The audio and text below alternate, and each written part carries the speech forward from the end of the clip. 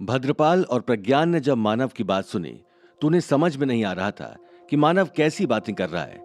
भद्रपाल मानव को देखते हुए बोले कि तुम कैसी बहकी बहकी बातें कर रहे हो। आखिर कौन हो सकता है जो हमको आपस में लड़वाना चाहेगा। मानव ने एक नजर भद्रपाल और प्रज्ञान पर डाली, फिर बोला, मैंने कहा ना कि ये बातें अभी कुछ समय बाद पता चलेंगी। जिसने भी मुझे इस बारे में बताया था उसने 3 साल का समय भी बताया था। प्रज्ञान चौंकते हुए बोला, आखिर 3 साल में ऐसा क्या होने वाला है कि हमें इतना डरने की जरूरत है। मानव प्रज्ञान की ओर देखते हुए बोला, उसने मुझसे कहा था कि 3 साल में वो लोग आजाद हो जाएंगे और इंसान इस दुनिया से खत्म हो जाएंगे। प्रज्ञान ने चौंक कर मानव को देखा और बोला, और तुमको लगता है कि उसकी बात सही है? मानव चिढ़ते हुए बोला, अभी अभी मैंने बताया ना कि उसकी बात के पीछे कुछ पॉइंट्स हैं और उसकी बातों में दम है। मुझे लगता है कि उसकी बातें सही हैं, इसलिए ही मैं तुम लोगों को जिंदा छोड़ रहा हूं। अगर तुम लोगों को जिंदा रहना है तो उस बाज की बातों पर यकीन करना होगा और अपनी तैयारी को ऐसे जारी रखना जैसे युद्ध होने ही वाला है, क्योंकि अगर भविष्यवाणी सच हुई तो हम उनका मुकाबला करने लायक नहीं होंगे। कियारा ने भद्रपाल और प्रज्ञान की तरफ देखा, फिर मानव से बोली, तुम्हारे साथी ने इन दोनों के पक्षियों को मार दिया है और ये दोनों घायल भी हैं, इसलिए वापस द्वारिका नगर नहीं जा सकते। तुमको इन्हें कैसे भी करके यहां से भिजवाना होगा। मानव ने एक बार भद्रपाल और प्रज्ञान की तरफ देखा तो उनके पैरों में काफी चोट आई हुई थी और उनका यहां से जा पाना काफी मुश्किल लग रहा था। मानव कुछ देर चुप रहा, फिर कियारा की तरफ देखते हुए बोला, और तुम्हारा आगे का क्या प्लान है? कियारा ने एक लंबी सांस ली और इधर उधर देखते हुए बोली, क्या तुमको मेरे यहां आने से ही समझ में नहीं आया कि मेरा क्या प्लान है? मानव ने कियारा की आंखों में देखा तो उससे कुछ अजीब लगा।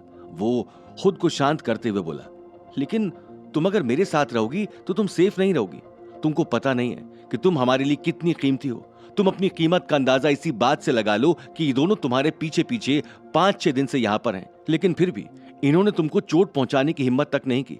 लेकिन अगर तुम मेरे साथ रहोगी तो हो सकता है अश्वदल या नागदल में से कोई अपने गुस्से में या मुझसे बदला लेने के चक्कर में तुमको चोट पहुंचा दे।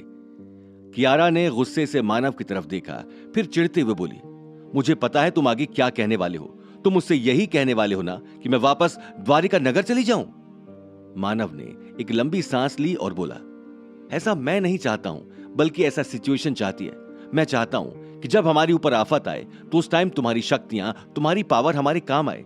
तुम हमारी ताकत बनो, क्योंकि मुझे प्रद्योत से कोई ज्यादा उम्मीद नहीं है। वो सिर्फ और सिर्फ अपनी गद्दी को बचाने की कोशिश करेगा। उसके बदले में कौन मरता है कौन नहीं, उसे इस बात की तनिक चिंता नहीं है।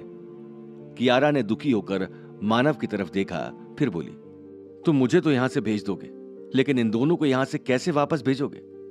मानव ने भद्रपाल और प्रज्ञान की तरफ देखा, फिर कुछ देर इधर उधर देखकर सोचता रहा और बोला, तुम जब राजधानी जाना तो वहां पर किसी को इन्फॉर्म कर देना कि ये दोनों यहां पर घायल अवस्था में हैं और वो आकर यहां से इनको ले जाएं।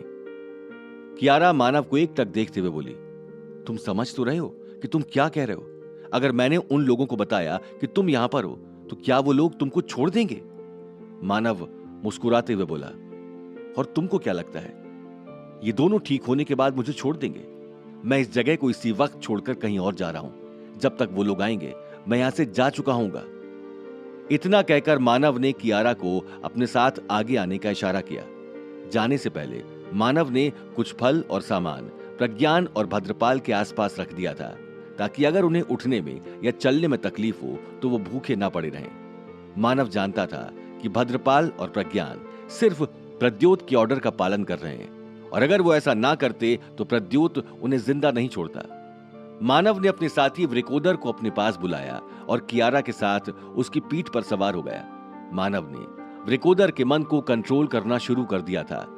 वृकोदर के पास काफी सारी एनर्जी थी, वो काफी पावरफुल था, लेकिन उसके दिमाग की क्षमता काफी कम थी, इसलिए उसको कंट्रोल करना मानव के लिए काफी आसान था। मानव ने वृकोदर को गरुड़ दल के एरिया की तरफ मोड़ दिया और कियारा के साथ उधर ही चल पड़ा। कियारा चुपचाप वृकोदर के सिर के पास बैठी हुई थी। वृकोदर का शरीर इतना मजबूत था कि उसे इस बात से फर्क ही नहीं पड़ रहा था कि उसके ऊपर 2 लोग बैठे हुए हैं। चलते चलते ही वृकोदर ने अपने मुंह में एक बड़ी सी टहनी दबा ली और हवा में उड़ते हुए वो उसे ही चबाई जा रहा था। कियारा ने वृकोदर की तरफ देखा और मानव से बोली, तुम्हारा ये साथी जितना ही भोला और प्यारा है उतना ही ज्यादा ताकतवर भी है। मानव ने कियारा की बात सुनी तो धीरे से वृकोदर की पीठ पर हाथ फेरने लगा और बोला, हाँ तुम सही कह रही हो, ये बहुत ही प्यारा है। जवाब में कियारा ने सिर हिला दिया। तभी कियारा को कुछ याद आया और वो मानव की तरफ देखते हुए बोली, तुमने अपनी वो तलवार अशिका को क्यों दे दी थी?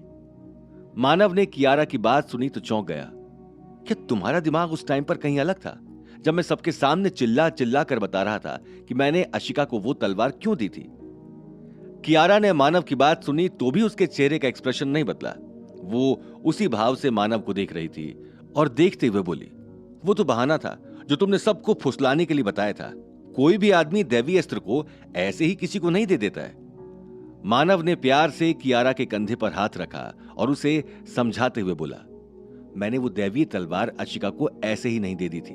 उसने मेरी काफी मदद की थी, इसलिए मैंने उसे वो तलवार दी थी। हवा में उड़ते हुए कियारा ने जमीन की तरफ फैले हुए बर्फ और हरियाली को देखते हुए मानव से कहा, अशिका ने तुम्हारी जान तब बचाई जब तुमने उसकी जान बचाई। आगे बढ़कर जान बचाने तुम ही गए थे और उसको बचाने में तुम घायल हुए थे। तो इस हिसाब से तो अगर इनाम देने की बात होती तो वो इनाम अशिका को तुम्हें देना चाहिए था, ना कि तुम्हें अशिका को देना चाहिए था। मानव को समझ में नहीं आ रहा था कि आखिर कियारा उससे ऐसे सवाल क्यों पूछ रही है। मानव ने कियारा की तरफ देखा, फिर बोला, आखिर तुमको अचानक हुआ क्या है? तुम ऐसे ऊटपटांग सवाल क्यों पूछ रही हो? कियारा ने मानव की बात सुनी तो गुस्सा हो गई, लेकिन खुद को शांत रखते हुए बोली, मैं तो बस ऐसे ही पूछ रही थी, वरना तुम किसी को दैवीय अस्त्र दो, जो मन में आए वो दो या किसी से भी मिलो, मुझे इससे क्या फर्क पड़ता है। मुझे समझ में नहीं आ रहा था कि कोई आदमी अपनी दैवीय तलवार किसी को ऐसे ही कैसे दे सकता है, बस इसलिए पूछ लिया। मानव ने मुस्कुराकर कियारा की तरफ देखा, फिर बोला, अगर तुमको लगता है कि जो अश्वघोष ने कहा है वो सच है तो तुम गलत सोच रही हो। मैं और अशिका सिर्फ एक अच्छे दोस्त की तरह हैं। एक दो बार उसने मेरी मदद की है, एक दो बार मैंने उसकी, बस इससे ज्यादा हमारा आपस में कोई संबंध नहीं है।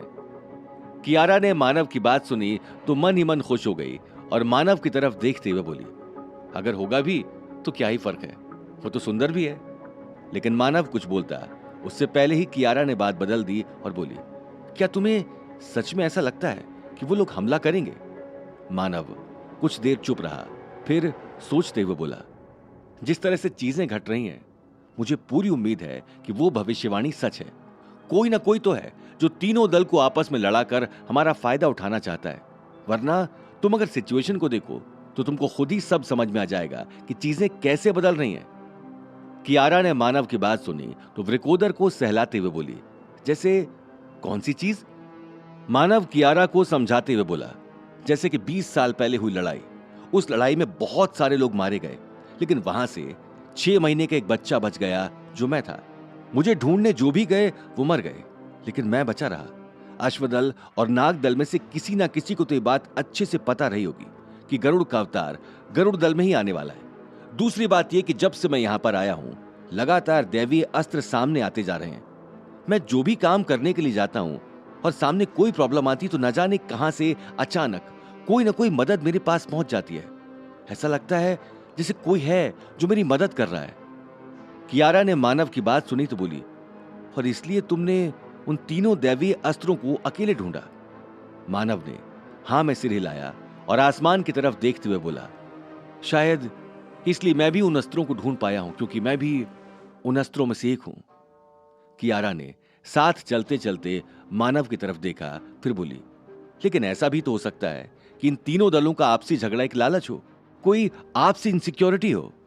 मानव बोला, ऐसा हो सकता था, लेकिन ऐसा दिख नहीं रहा है।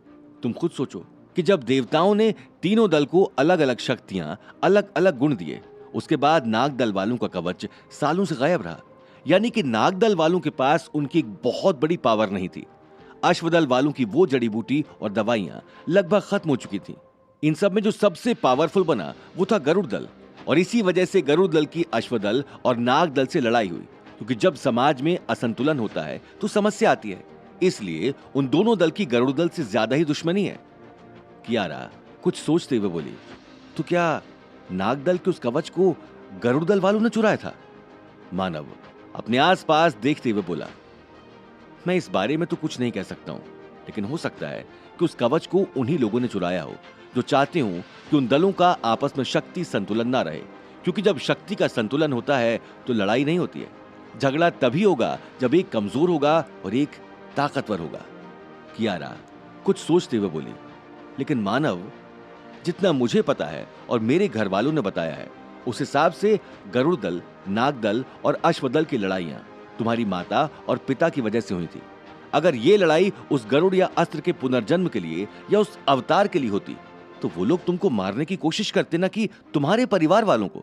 मानव ने कियारा की बात को ध्यान से सुना, फिर बोला, हमें उस समय के जितने भी योद्धा या साथी मिले हैं उनमें से अधिकतम ने उसके बारे में कोई जिक्र नहीं किया है। लेकिन अगर उन लोगों की दुश्मनी सिर्फ मेरे माता पिता से होती तो वो उन्हें मारते, वो मेरे पीछे क्यों आते? उन लोगों ने तमाम योद्धाओं को मुझे मारने के लिए भेजा था और मेरी मां को मुझे बचाने के लिए ही मेरे पिता को छोड़कर आगे जाना पड़ा। नाग दल में होने के बावजूद भी गरुड़ मेरी मां के साथ ही थे। मेरे सीने पर एक गरुड़ का निशान था। ये सारी चीज ऐसे सिंबल्स की तरफ जाती हैं जिससे ये पता चलता है कि वो जो भविष्यवाणी काफी साल पहले हुई थी, जिसकी वजह से मेरे माँ बाप की जान गई, वो मेरे लिए ही थी। मानव की बात सुनकर कियारा भी उससे सहमत हो गई और बोली, तुम्हारे आने के बाद ही 3 दैवीय अस्त्र और नाग दल का कवच मिला। तुमको अपने पिता के ना होने के बाद भी उनकी तीरंदाजी और मां की तलवारबाजी मिली। इसका मतलब कोई तो है जो उन बुरी शक्तियों से तुम्हारी मदद कर रहा है। आखिर कौन है वो लोग जो कर रहे हैं मानव की मदद? क्या सच में होने वाला है बाहरी शक्तियों का हमला? क्या कियारा और मानव की नजदीकियां ले जाएंगी मानव को देविका की यादों से दूर? जानने के लिए सुनते रहिए पक्षीराज, ओनली ऑन पॉकेट एफएम।